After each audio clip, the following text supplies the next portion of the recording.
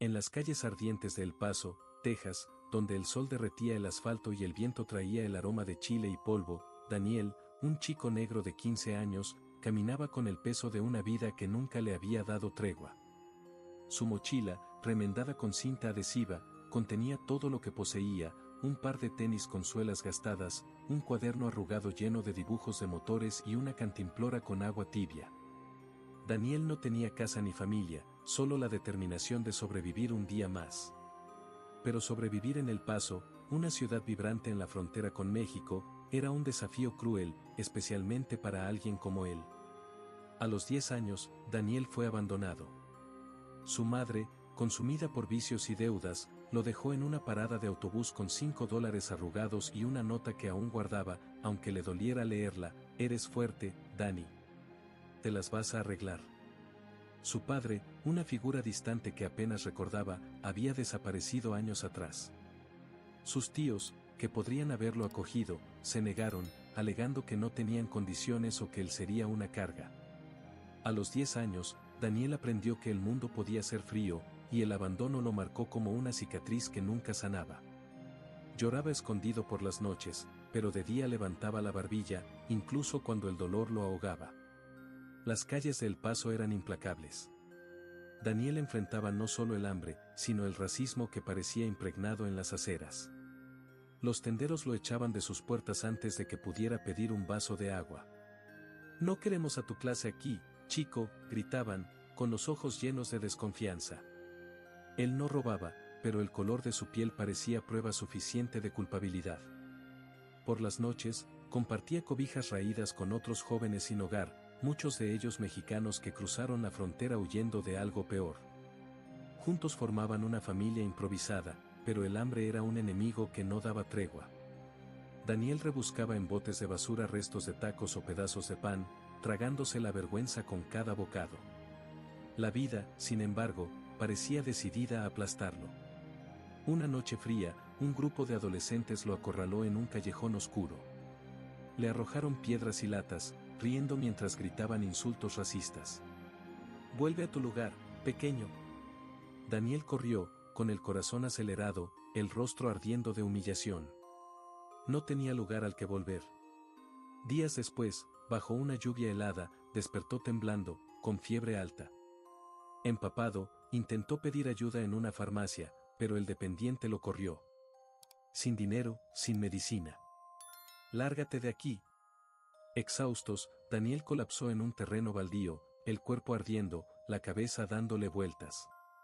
Miró al cielo gris y pensó en la nota de su madre. «¿Fuerte para qué?», murmuró, mientras las lágrimas se mezclaban con la lluvia. En ese momento, sintió que estaba en el fondo del pozo. Y entonces, el pozo se hizo más profundo. Mientras intentaba levantarse, aparecieron 2 policías, llamados por una denuncia de vagancia. Lo revisaron con brutalidad, tirando su mochila al suelo y esparciendo sus dibujos en el lodo. «¿Qué haces aquí, chico? ¿Causando problemas?».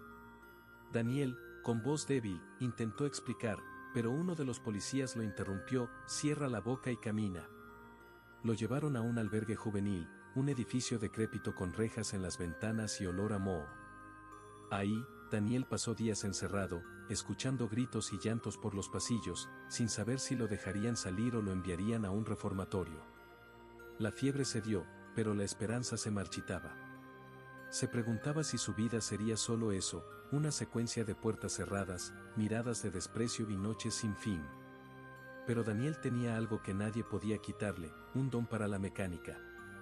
Desde pequeño, hurgaba en carros abandonados en los basureros de El Paso, aprendiendo solo cómo funcionaban carburadores, alternadores y correas. Recolectaba herramientas rotas y las reparaba, creando sus propios kits. En su cuaderno, dibujaba motores complejos, soñando con un día en que podría trabajar en un taller, tal vez hasta diseñar algo grandioso. Ese talento, sin embargo, parecía inútil en las calles, donde cada día era una batalla para comer y no recibir golpes.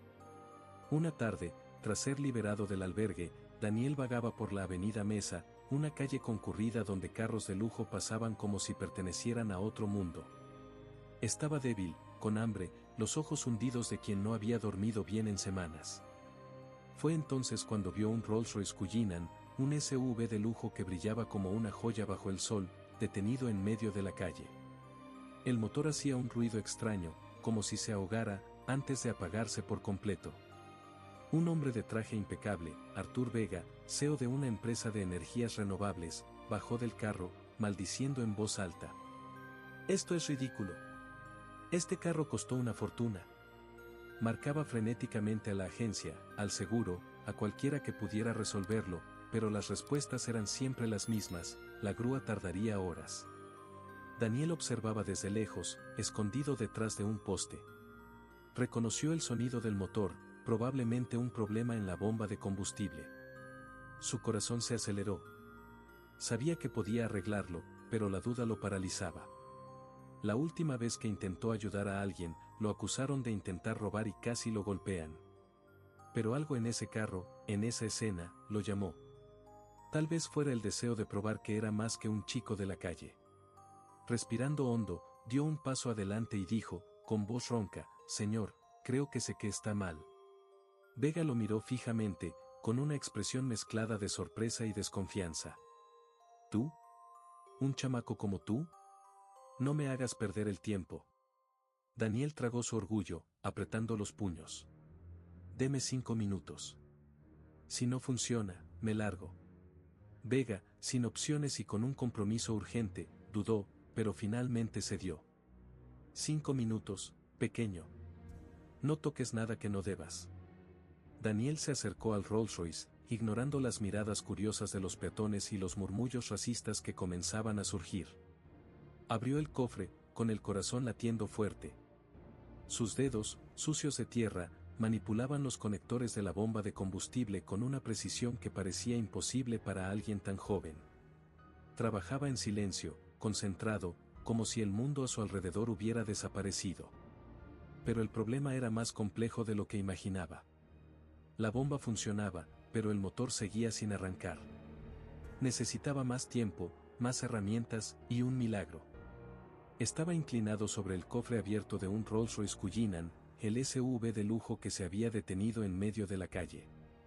El motor, que sonaba como si se estuviera ahogando, era un rompecabezas que Daniel estaba decidido a resolver.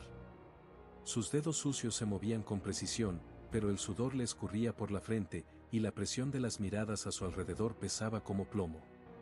Artur Vega, el CEO dueño del carro, cruzaba los brazos, con su reloj de oro brillando mientras golpeaba el suelo con el pie, impaciente. «4 minutos, pequeño», dijo Vega, con voz cortante. «No me hagas arrepentirme de esto». Daniel ignoró los murmullos de la pequeña multitud que se formaba. «Mira a este chamaco metiéndose con un carro así», susurró una mujer, con un tono lleno de desprecio. «Apuesto que lo va a arruinar todo». Otro hombre se rió: «Seguro quiere robarse alguna pieza». Las palabras dolían, pero Daniel ya estaba acostumbrado. Había aprendido a bloquear el racismo de las calles como quien cierra una puerta, no porque no le doliera, sino porque detenerse a sentir el dolor significaba rendirse. Se concentró en el motor, revisando los cables, la batería, el flujo de combustible. Algo estaba mal, ¿pero qué? Necesitaba tiempo, y tiempo era algo que Vega no parecía dispuesto a darle. Mientras trabajaba, Daniel no pudo evitar que su mente regresara a los recuerdos que intentaba enterrar. La nota de su madre, arrugada en el fondo de su mochila, parecía quemarle la conciencia. «Eres fuerte, Danny. ¿Te las vas a arreglar fuerte?». No se sentía fuerte. No cuando dormía en callejones, no cuando rebuscaba en la basura para comer, no cuando los policías lo arrastraban como si fuera un criminal. La fiebre que lo había derribado semanas atrás aún le dejaba los huesos adoloridos, y su estancia en el albergue juvenil solo reforzó lo que ya sabía: nadie vendría a salvarlo. Pero ahí, con las manos en el motor de ese carro, sentía un destello de algo que no había sentido en años: control. Él entendía las máquinas. Las máquinas no lo juzgaban, no lo abandonaban, no lo miraban con desprecio. De repente, Daniel notó algo. La línea de combustible parecía tener baja presión, tal vez un filtro tapado o una falla en la bomba secundaria. No tenía las herramientas adecuadas, su llave improvisada, hecha con un pedazo de metal encontrado en la basura, apenas servía. Miró a Vega, dudando. Señor, creo que es la bomba de combustible, pero necesito una llave de torque para confirmar. Y, tal vez tenga que revisar más a fondo. Vega frunció el ceño. ¿Me estás diciendo que no lo puedes arreglar ahora? Sabía que esto era una pérdida de tiempo. La multitud se rió, y Daniel sintió que el rostro le ardía. Quería correr, desaparecer, pero se obligó a quedarse. Si puedo arreglarlo, insistió, con voz firme a pesar del temblor interno. Solo necesito un poco más de ayuda. Vega suspiró, claramente dividido entre la irritación y la curiosidad. ¿Qué necesitas, pequeño? Daniel miró a su alrededor, viendo a algunos de los jóvenes sin hogar que conocía parados en la esquina, observando. Llamó a Juan, un chico mexicano de 16 años que a veces compartía comida con él. Juan, ¿tú y los demás me pueden echar la mano para revisar? Tal vez podamos improvisar algo. Juan asintió, trayendo a otros dos chicos, Miguel y Carla, que también vivían en las calles. No tenían herramientas, pero tenían manos dispuestas y la lealtad de quienes saben lo que es luchar para sobrevivir. Mientras Daniel explicaba lo que necesitaba, la multitud se volvió más hostil. Un hombre con gorra gritó, miren, ahora es toda una pandilla. Mejor llamen a la policía. Daniel apretó los dientes, pero Carla, con su actitud filosa, respondió, ¿pandilla? Estamos tratando de ayudar, no como tú que solo estás hablando tonterías. La multitud se rió, pero el ambiente se puso tenso. Vega, al darse cuenta de que la situación podía empeorar, levantó la mano. Ya basta. Dejen al chico trabajar. Si arruina mi carro, yo mismo me encargo. La amenaza era clara, pero Daniel no se intimidó. Sabía que arreglar ese carro era su oportunidad, no solo de probarle algo a Vega, sino a sí mismo. Con la ayuda de Juan, Miguel y Carla, Daniel improvisó. Encontraron un pedazo de tubo que sirvió como palanca para acceder al filtro de combustible. Daniel revisó cada conexión, sus manos moviéndose con una mezcla de instinto y conocimiento que ni él mismo sabía cómo explicar. Recordaba las noches en que desarmaba carburadores viejos bajo la luz de los postes, aprendiendo a base de prueba y error. Pero este Rolls-Royce era diferente, un monstruo de tecnología con sistemas que solo había visto en sueños. Aún así, no se rindió. Le pidió a Carla que sostuviera un cable mientras él ajustaba la presión de la línea de combustible, y a Juan que verificara si había fugas. Miguel, el más fuerte del grupo, ayudó a mantener el cofre levantado. Los minutos se arrastraban, y Vega parecía cada vez más inquieto. Si esto no funciona, pequeño, te vas a arrepentir de haber abierto la boca, dijo, pero había algo en sus ojos, no solo era impaciencia, era curiosidad. Veía la determinación de Daniel, la forma en que lideraba a los otros jóvenes, como si fueran un equipo de verdad. Daniel, por su parte, sentía el peso de ese momento. Sabía que no se trataba solo del carro. Era sobre demostrar que no era el chamaco de la calle que todos veían. Era sobre aprovechar una oportunidad, por pequeña que fuera. Finalmente, Daniel encontró el problema, un relé de la bomba de combustible tenía mal contacto, probablemente sobrecalentado. No tenía repuestos, pero podía improvisar un puente para hacer que el motor funcionara temporalmente.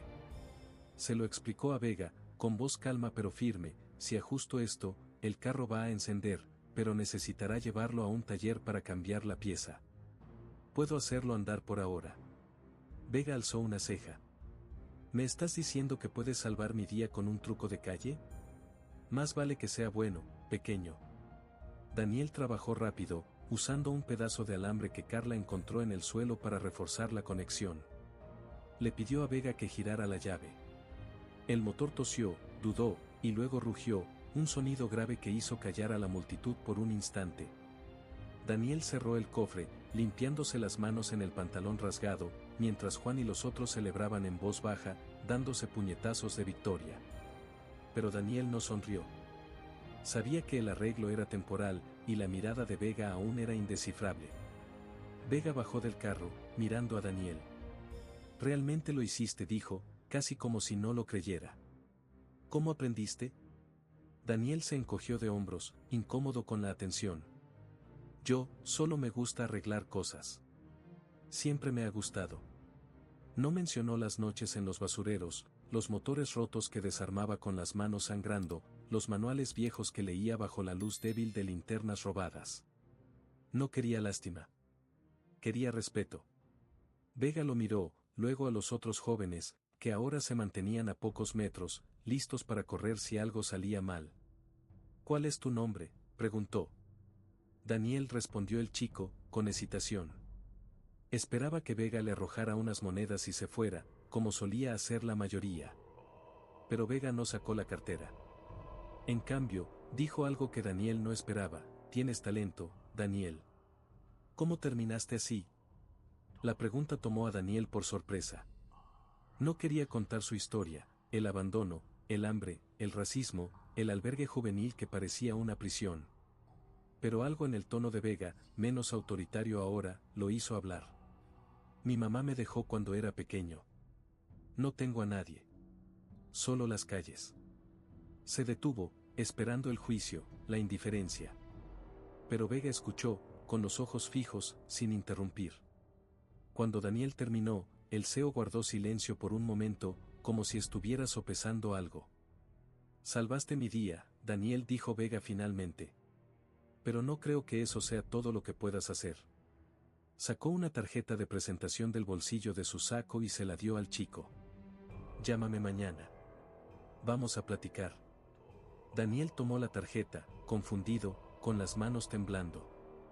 No sabía qué significaba eso, pero sentía que algo grande estaba comenzando, o tal vez solo era otra promesa vacía, como tantas que ya había oído. Mientras Vega subía al Rolls Royce y se alejaba, Daniel se quedó parado en la banqueta, con la tarjeta en la mano y sus amigos a su alrededor. Juan le dio una palmada en el hombro. «Estás loco, compa. Arreglaste un carro así nomás». Carla se rió, pero sus ojos estaban serios. «¿Y ahora, Dani? ¿Vas a llamar a ese tipo?» Daniel miró la tarjeta, el papel liso y caro, tan diferente de todo en su vida. No sabía si podía confiar en Vega, pero sabía que no podía retroceder. No después de probar, aunque fuera por un momento, que era más de lo que las calles le permitían ser. La historia de Daniel estaba lejos de terminar. Lo que vendría después, las decisiones, los riesgos, las puertas que podrían abrirse o cerrarse, aún estaba envuelto en incertidumbre. Pero esa tarde, bajo el sol de El Paso, sintió, por primera vez en mucho tiempo, que tal vez, solo tal vez, el futuro podría ser diferente. El crepúsculo pintaba el cielo de El Paso con tonos de naranja y morado, y Daniel, el chico negro de 15 años que había arreglado el Rolls Royce Cullinan de un billonario, sostenía la tarjeta de presentación de Artur Vega como si fuera un boleto a otro mundo. Estaba en la esquina de la avenida Mesa, rodeado por Juan, Carla y Miguel, sus amigos de la calle, que lo miraban con una mezcla de orgullo y desconfianza. ¿De verdad vas a llamar a ese tipo, Dani?, preguntó Juan, pateando una piedrita. Estos ricos prometen el mundo y luego desaparecen. Daniel no respondió. Guardó la tarjeta en el bolsillo de su pantalón rasgado, sintiendo el peso de esa decisión. Sabía que confiar en alguien, cualquiera, era un riesgo. Pero también sabía que no podía seguir viviendo como un fantasma. Esa noche, Daniel no durmió en el callejón de siempre. Caminó hasta una cabina telefónica descompuesta, una de las pocas que aún funcionaban en la ciudad, y usó las últimas monedas que tenía para marcar el número en la tarjeta. Cuando la voz grave de Vega contestó, Daniel dudó, con el corazón acelerado. «Soy yo. Daniel. El chico del carro». Del otro lado, Vega no pareció sorprendido. «Sabía que me ibas a llamar», dijo. «Quiero verte mañana. A las 10 de la mañana, en mi oficina. No llegues tarde». Antes de que Daniel pudiera preguntar dónde estaba la oficina, Vega colgó. La dirección en la tarjeta llevó a Daniel a un rascacielos de vidrio en el centro de El Paso, un lugar que parecía pertenecer a otro planeta. Dudó en la entrada, sucio, con la mochila remendada colgando de su hombro. El guardia de seguridad lo miró fijamente, pero, para su sorpresa, lo dejó pasar después de revisar una lista. En el piso 25, Daniel entró a la oficina de Vega, una sala amplia con vista a la ciudad y muebles que parecían costar más de lo que él podía imaginar. Vega estaba ahí, sin traje esta vez, solo con una camisa de vestir y una mirada evaluadora. Viniste, dijo, señalando una silla. Siéntate. Daniel se sentó, tenso, esperando el golpe. Ya había escuchado promesas antes, de trabajadores sociales, de extraños en las calles, incluso de su madre. Todas vacías. Pero Vega fue directo. Tienes talento, Daniel. No es solo arreglar carros. Es como piensas, cómo resuelves problemas. Quiero darte una oportunidad, pero no es gratis. Va a requerir trabajo. Deslizó un sobre la mesa. Adentro había papeles, una propuesta de beca para una escuela técnica de élite en Austin, con vivienda, comida y un curso intensivo de ingeniería automotriz.